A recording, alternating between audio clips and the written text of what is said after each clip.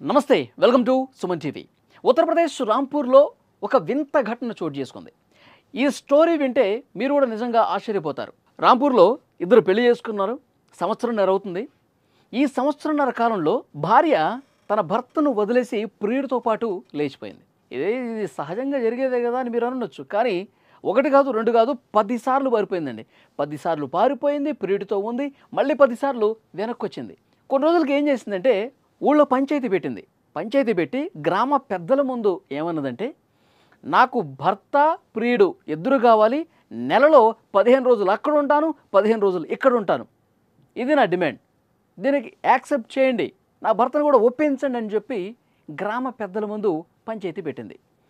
అక్కడ ఉన్న వాళ్ళందరూ ఒక్కసారిగా షాక్ అయిపోయారు. అప్పుడు భర్త, నాకు ఈ బంపర్ ఆఫర్లు వద్దు మహాతల్లి, నువ్వు కావాలంటే నీ ప్రియుడితోనే నువ్వు హ్యాపీగా ఉండు, ఇలాంటి ఆఫర్లు నాకేం వద్దు అని చెప్పి ఆ భార్యకి చెప్పినటువంటి పరిస్థితి. అక్కడ ఉన్న వాళ్ళందరూ ఒక్కసారిగా షాక్ అయిపోయారు. 15 రోజులు ఇక్కడ ఉంటాం ఏంటి, 15 రోజులు ప్రియుడి దగ్గర ఉంటాం ఏంటి, ఇది కరెక్ట్ కాదు కదమ్మా, శాస్త్రాలు సంప్రదాయాలు దీన్ని ఎలా యాక్సెప్ట్ చేస్తాయి, నువ్వు ఉంటే భర్తతోనే ఉండు, లేదంటే ప్రియుడితోనే ఉండు, అంతేగా నాకు ఇద్దరు కావాలి, అక్కడ ఉంటా ఇక్కడ ఉంటా అంటే ఇది కరెక్ట్ కాదని కూడా మందలించినట్టుగా తెలుస్తోంది. కానీ ఈ ఈ ఘటన తెలిసిన తర్వాత, ఈ స్టోరీ విన్న తర్వాత చాలామంది ఏం చెప్తా ఉన్నారంటే, ఏమైనా ఒక రకంగా మెచ్చుకుంటా ఉన్నారు. ఈ మధ్యకాలంలో ఇల్లీగల్ అఫైర్స్ ఏ విధంగా తెర మీదకి వస్తున్నాయి మనం చూస్తున్నాం.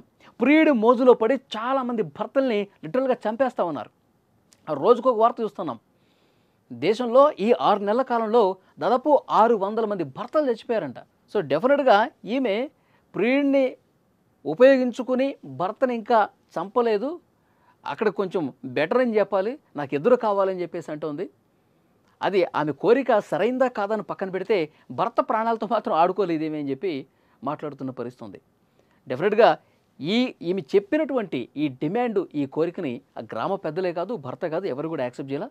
ప్రియుడితోనే నువ్వు ఉండు అని చెప్పి పంపించేసినట్టు పరిస్థితి. సో అంటే ఇది ఒక డిఫరెంట్ కేసుగా చూస్తూ ఉన్నారు.